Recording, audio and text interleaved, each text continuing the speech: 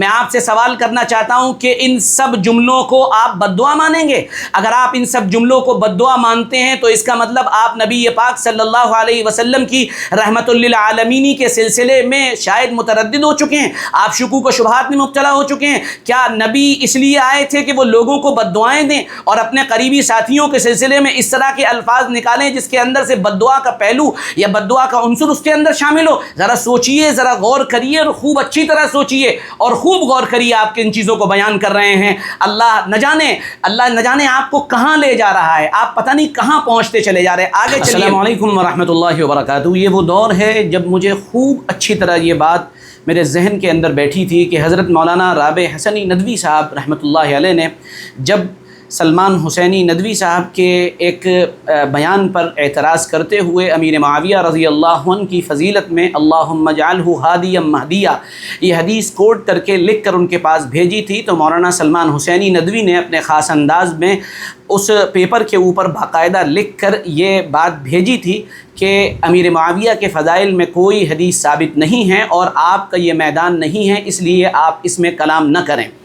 وہ بات میرے ذہن میں تھی اور میں نے کبھی سوچا تھا کہ اس کا جواب دوں گا، لیکن اس وقت تو بہرحال یہ موقع نہیں ملا۔ لیکن اب چونکہ ان کی حفوات اور ان کی بکواس حضرت امیر معاویہ رضی اللہ عنہ کے سلسلے میں حد سے زیادہ بڑھ گئیں اور انہوں نے امیر معاویہ رضی اللہ عنہ کے اوپر جو جملے بولے ہیں وہ جملے ایسے ہیں کہ ان کو نقل کرنے سے بھی دل کانپ جاتا ہے، اس لیے میں نے یہ سوچا کہ امیر معاویہ رضی اللہ عنہ کے سلسلے میں ان کے جو دو بڑے مشہور دلائل ہیں جن پر ان کو بڑا ناز ہے وہ میں آپ کے سامنے نقل کر رہا ہوں اور اس کا جواب دینے کی کوشش کرتا ہوں، کیونکہ میں نے یہ بات سنی تھی کہ پچھلے ویڈیو کو جب ان کے حلقے والوں نے سنا تو انہوں نے یہ تاثر دینے کی کوشش کی کہ ہمارے مولانا کی باتوں کا جواب اس میں نہیں دیا گیا ہے بلکہ صرف تقریر کی گئی ہے۔ حالانکہ پچھلی ویڈیو میں نے تفصیل کے ساتھ ان کے ایک بیان کیے ہوئی حدیث پر ایک جامع تبصرہ کیا تھا اور بتانے کی کوشش کی تھی کہ انہوں نے امیر معاویہ رضی اللہ عنہ کے سلسلے میں یہ بات کہی ہے وہ موضوع ہے اور اکثر محدثین اس کو موضوع مانتے ہیں، اہل السنہ والجماعت کی کسی معتبر کتاب میں اس کا تذکرہ نہیں ہے۔ بہرحال ہم اپنے موضوع پر آتے ہیں اور ان کی دو مشہور دلیلوں کا جائزہ لینے کی کوشش کرتے ہیں۔ دوسری دلیل بڑی مزیدار ہے، اس کو آخر میں سنیے گا۔ پہلی دلیل آپ ملاحظہ فرمائیں،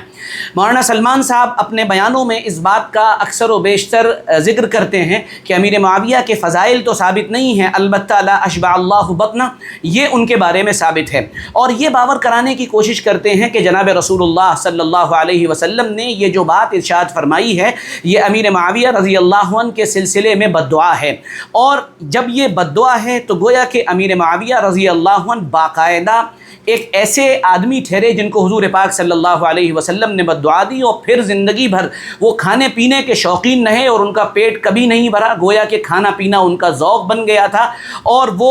یعنی کھانے پینے والے ہر وقت کھانے پینے والے ایک انسان بن گئے تھے۔ میں ان کے الفاظ کو یہاں دہرانا نہیں چاہتا ہوں، البتہ پہلی بڑی بنیادی اور اصولی بات میں یہاں پر عرض کر دے رہا ہوں تاکہ ان کے جتنے متوسلین اور منتسبین اور ان کے جتنے ماننے والے ہیں وہ اس اصولی بات کو یاد رکھیں، تو پچھلا ویڈیو بھی ہمارا کور ہو جائے گا اور ایک بات آپ کے سامنے آ جائے گی۔ اصولی بات یہ ہے کہ جب کوئی چیز عقلی طور پر ممکن ہو، یعنی دو چیزیں عقلی طور پر ممکن ہیں اور پھر ان عقلی چیزوں میں کسی ایک طرف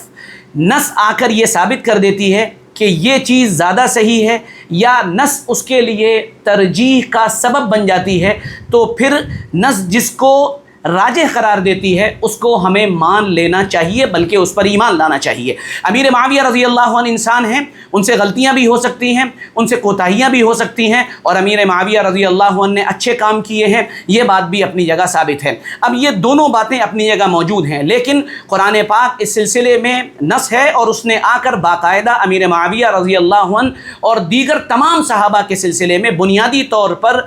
یعنی ایک اسٹیٹمنٹ دیا ہے، اور وہ اسٹیٹمنٹ یہ ہے کلن وعد اللہ الحسنی، کہ اللہ کا وعدہ ہر صحابی کے سلسلے میں بالکل اچھا ہے، بہترین ہے، یعنی اللہ کا وعدہ ہر ایک کے لیے بہتر ہے۔ یہ ایک نص ہے جس کے ذریعے سے یہ بات ثابت ہو گئی کہ امیر معاویہ رضی اللہ عنہ چونکہ صحابی ہیں اور ان کی صحابیت پر اجماع ہے اور ان کے صحابی ہونے کی وجہ سے اللہ کا وعدہ ان کے ساتھ اچھا ہے۔ دوسرا امیر معاویہ صحابی ہیں اور قرآن ہر صحابی کے بارے میں رضی اللہ عنہم ورضوا عنہ کہہ رہا ہے۔ اللہ راضی ہو گیا، معاملہ ختم ہو گیا۔ یہ پھر میں کہہ رہا ہوں، یہ شہزادوں کی لڑائی ہے۔ شہزادوں کی لڑائی میں سلمان صاحب ہمارے اور آپ جیسے چپراسیوں کا کام نہیں ہے کہ ہم ان کا فیصلہ کریں۔ ہم اس لائق نہیں ہیں کہ ہم اپنی زبان ان کے بارے میں کھولیں۔ وہ دو شہزادے تھے، وہ آپس میں لڑے، ٹھیک ہے، سیدنا علی کا مقام بہت بلند و برتر ہے، بہت اونچا ہے۔ میں بار بار یہ بات کہتا ہوں، ایک طرف سورج ہے اور ایک طرف ذرہ ہے، ایک ایٹم ہے۔ سورج کے مقابلے پر جب ذرہ آئے گا تو اس ذرے کی کوئی اہمیت اور کوئی حیثیت نہیں ہے۔ علی سورج ہیں اور ان کے مقابلے میں جو ذرہ ہے وہ حضرت معاویہ رضی اللہ عنہ۔ جب ان دونوں کا کمپیریزن کیا جائے گا تو معاملہ یہ ہوگا، لیکن جب سورج ہٹ جائے گا، سیدنا علی رضی اللہ عنہ سے الگ ہٹ کر امیر معاویہ رضی اللہ عنہ کو دیکھا جائے گا تو امیر معاویہ اگرچہ ایک ذرے کی طرح ہیں، ایک ایٹم ہیں، ایٹم کے اندر بھی نہ جانے کتنے پارٹیکلز پائے جاتے ہیں، وہ ایک الگ اپنی پوری دنیا ہیں۔ اس لیے اصولی طور پر امیر معاویہ رضی اللہ عنہ کے سلسلے میں جب صحابیت ثابت ہے تو ان کی فضیلت بھی ثابت ہے۔ اور بڑی کامن سینس کی بات بتا رہا ہوں، جو آپ جیسے ذی عقل آدمی سمجھ سکتے ہیں۔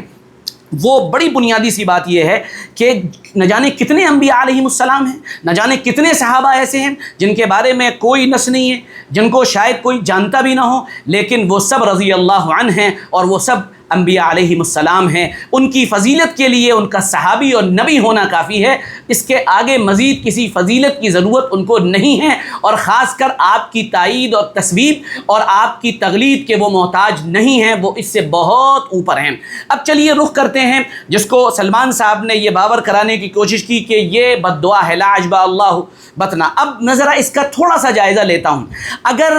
سلمان صاحب نے یعنی حدیث پاک کے کی ان شروحات کا مطالعہ کیا ہوتا یا یاد رکھا ہوتا یا اس کو بتانے کی کوشش کی ہوتی، لیکن ان کا ایک مزاج ہے، ان کا یہ مزاج انجینئر علی مرزا کی طرح ہے، پک اینڈ چوز والا مزاج ہے کہ اپنے مطلب کی بات لے لینی ہے اور جو مطلب کی بات نہیں ہے اس مطلب کی بات نہ ہونے کی بنیاد پر اسے ترک کر دینا ہے، چھوڑ دینا ہے، وہاں اغماس کر لینا ہے۔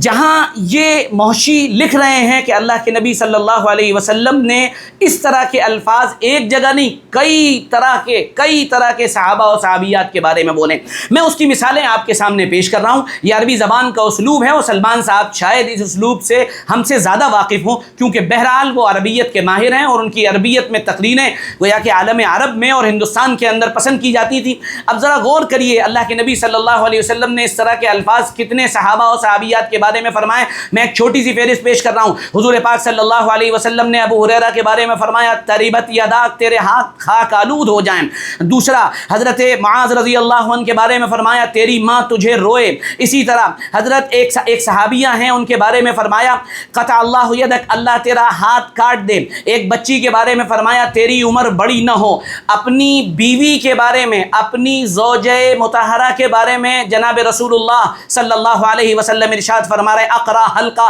کہ تو بانجھ ہو جائے اور تیرے سر پہ بال نہ ہو، تو گنجے پن کا شکار ہو جائے۔ میں آپ سے سوال کرنا چاہتا ہوں کہ ان سب جملوں کو آپ بد دعا مانیں گے؟ اگر آپ ان سب جملوں کو بد دعا مانتے ہیں تو اس کا مطلب آپ نبی پاک صلی اللہ علیہ وسلم کی رحمت للعالمین کے سلسلے میں شاید متردد ہو چکے ہیں، آپ شکوک و شبہات میں مبتلا ہو چکے ہیں۔ کیا نبی اس لیے آئے تھے کہ وہ لوگوں کو بد دعائیں دیں اور اپنے قریبی ساتھیوں کے سلسلے میں اس طرح کے الفاظ نکالیں جس کے اندر سے بد دعا کا پہلو یا بد دعا کا عنصر اس کے اندر شامل ہو؟ ذرا سوچئے، ذرا غور کریے اور خوب اچھی طرح سوچئے اور خوب غور کریے آپ کن چیزوں کو بیان کر رہے ہیں۔ اللہ نہ جانے آپ کو کہاں لے جا رہا ہے، آپ پتہ نہیں کہاں پہنچتے چلے جا رہے ہیں۔ آگے چلیے، دوسری بات، ہم آپ کے فہم پر زیادہ اعتماد کریں یا اپنے سے پہلے متقدمین کے سلسلے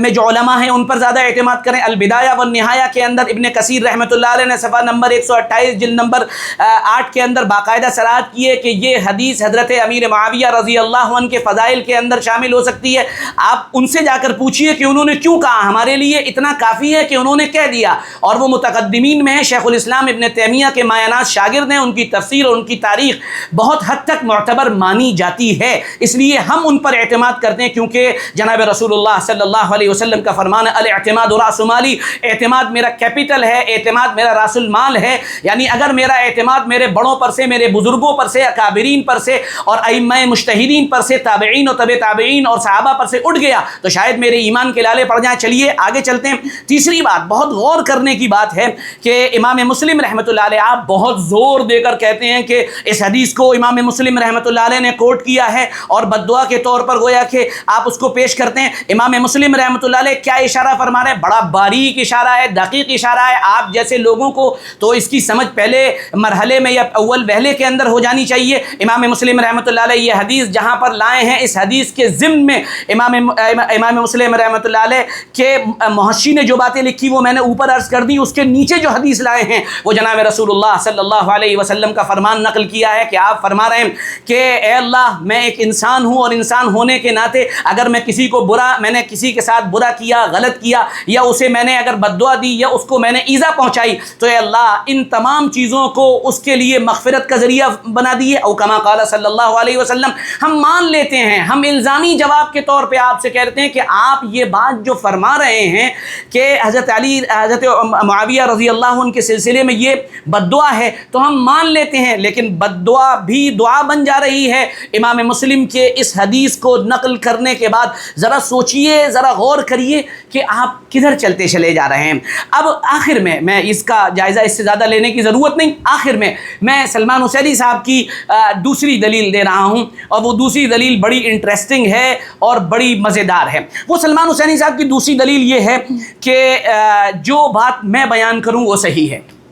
جس بات کو میں نے نقل کیا وہ صحیح ہے۔ کیوں صحیح ہے؟ جب آپ ان سے جواب پوچھیں گے تو وہ جواب میں یہ کہیں گے کہ میرا نام سلمان ہے اور میں حسینی ہوں اور میں ندوی ہوں، میں مولانا علی میاں صاحب کا نواسہ ہوں، میں سیدنا حسین کے خاندان سے ہوں، میں حضرت علی رضی اللہ عنہ کے خاندان سے ہوں، میں فاطمہ کا بیٹا ہوں، میں بہت اچھا بولتا ہوں، میرے پاس فصاحت بہت زیادہ ہے، میں بہت بلیغ کلام کرتا ہوں، میرے اندر قرآن پاک کی آیات اور احادیث مبارکہ سے استنباط کی بڑی زبردست صلاحیت ہے، میں تاریخ سے سب سے زبردست استنتاج کرتا ہوں، میرے جیسے نتیجے تاریخ سے کوئی اخذ نہیں کر سکتا، جو چیزیں میں پیش کر رہا ہوں وہی حق ہیں، اس کے علاوہ کوئی چیز حق نہیں ہے، اس کے علاوہ تمام چیزیں غلط ہیں، جو میرے مقابل پیش کریں وہ سب غلط ہیں، جو دیگر علماء پیش کریں وہ سب غلط ہیں، جو امیر معاویہ کا دفاع کریں، جو امیر معاویہ رضی اللہ عنہ کے سلسلے میں احادیث لائے، میں ان سب کو ضعیف کہہ دوں گا۔ اللہم اجعلہ ہادیا مہدیا، جس کو آپ ضعیف ثابت کر رہے ہیں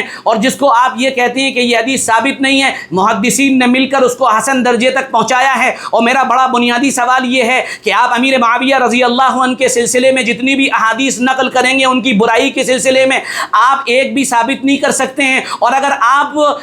ادھر آ جائیں ان کے فضائل کے بارے میں کہتا ہوں ساری ضعیف حدیثیں، یعنی بالکل ساقط الاعتبار بھی اگر حدیثیں، ساری حدیثیں مل کر سب کو ملا لیا جائے، سب کو جمع کر لیے جائے تو ایک گناہ حسن درجے تک پہنچ جاتی ہیں اور ان کی فضیلت ثابت ہو جاتی ہے۔ اور امیر معاویہ رضی اللہ عنہ، یہ تمام صحابہ یہ تاریخی شخصیات نہیں ہیں، یہ قرآنی شخصیات ہیں۔ جناب رسول اللہ صلی اللہ علیہ وسلم جو شریعت و دین ہم کو دے کر گئے، اس شریعت و دین میں واضح طور پر دو ٹوک قرآن پاک کا فیصلہ ہمارے سامنے آ چکا ہے، رضی اللہ عنہم ورضوا عنہ، قرآن پاک کا فیصلہ آ چکا ہے، والسابقون الاولون من المہاجرین والانصار والذین اتبعوہم باحسان رضی اللہ عنہم ورضوا عنہ، یہ فیصلے آ چکے ہیں۔ ان فیصلوں کے آنے کے بعد کسی چیز کی ضرورت نہیں، کچھ بھی ہو جائے، کوئی بھی چیز آ جائے۔ اور آخری بات میں آپ سے یہ کہنا چاہتا ہوں، ایک شیعوں کی کتاب ہے جس کا حوالہ میں آپ کے سامنے پیش کر دوں گا، اس شیعوں کی کتاب کے اندر باقاعدہ یہ بات مینشن کی گئی ہے، اور میں یہ بات الزامی طور پر کہتا ہوں کہ اگر یہ الزام آپ امیر معاویہ پر ثابت کریں کہ لا اجبا اللہ بطنا،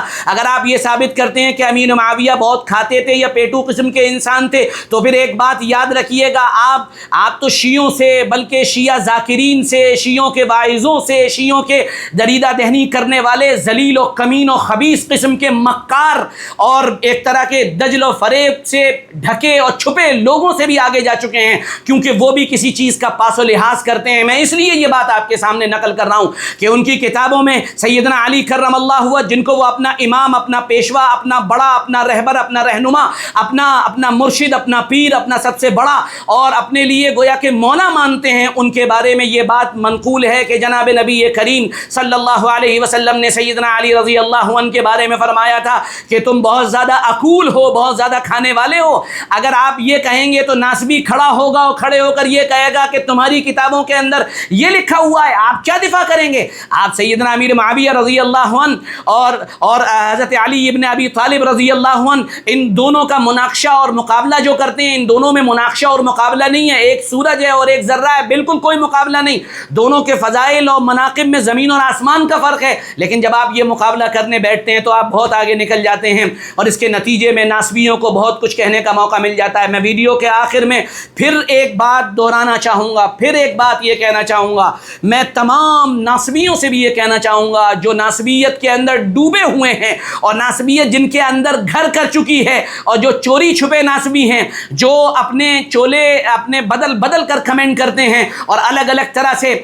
سیدنا حسین رضی اللہ عنہ اور سیدنا علی ابن ابی طالب رضی اللہ عنہ اور حضرت حسن اور حضرت حسین رضی اللہ عنہ کے کردار پر انگلیاں اٹھاتے ہیں اور ان کو مشکوک بنانے کی کوشش کرتے ہیں، وہ بھی اچھی طرح سن لیں کہ ان حضرات کے فضائل اتنے ہیں، کتابیں بھری ہوئی ہیں فضائل و مناقب، اور پھر کیوں نہ ہوتی،